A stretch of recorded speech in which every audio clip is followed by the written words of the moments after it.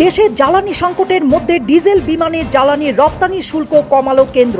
আজ বিজ্ঞপ্তি জারি করে একথা ঘোষণা অর্থ মন্ত্রকের।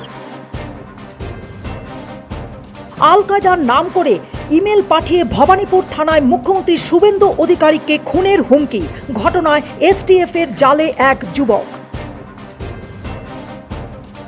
অমিত শাহকে হুমকির অভিযোগে এবার এফআইআর দায় হল অভিষেক বন্দ্যোপাধ্যায়ের বিরুদ্ধে।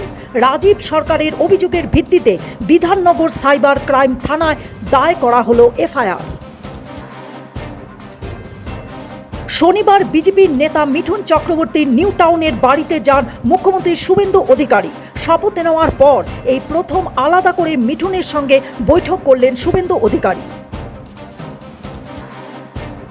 কোটি টাকার জমির দুর্নীতির মামলায় স্বস্তি পেল রবার্ট বাত্রা। তার আগাম জামিন মঞ্জুর করল দিল্লির রাউস এভিনিউ কোর্ট। উত্তরপ্রদেশের রাজনীতিতে ফের বড় ধাক্কা সমাজবাদী পার্টির। 2019 সালে লোকসভা নির্বাচনের সময় বিতর্কিত মন্তব্য করায় আজম খানকে 2 বছরের কারাদণ্ডের নির্দেশ দিল রামপুরের বিশেষ এমপি এমএলএর আদালত। ভারত বিরোধী কার্যকলাপের লাগাম না টানলে চরম ফল ভুগতে হবে পাকিস্তানকে। সন্ত্রাস জারি থাকলে মানচিত্র থেকে চিহ্নিত হয়ে যেতে পারে ইসলামাবাদ। ফের পাকিস্তানকে কড়া হুঁশিয়ারি সেনাপ্রধান উপেন্দ্র ত্রিবেদীর।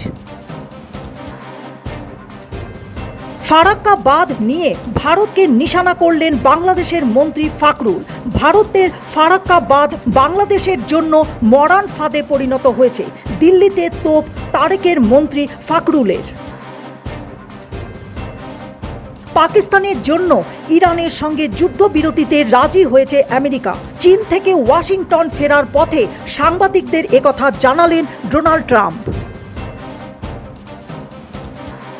আফ্রিকায় ফের মরান ইবোলা ভাইরাসের তাণ্ডব। প্রাণঘাতী এই ভাইরাসের জেরে মধ্য আফ্রিকায় মৃত্যু হয়েছে 65 জনের, আক্রান্ত হয়েছে 200 জনেরও বেশি মানুষ।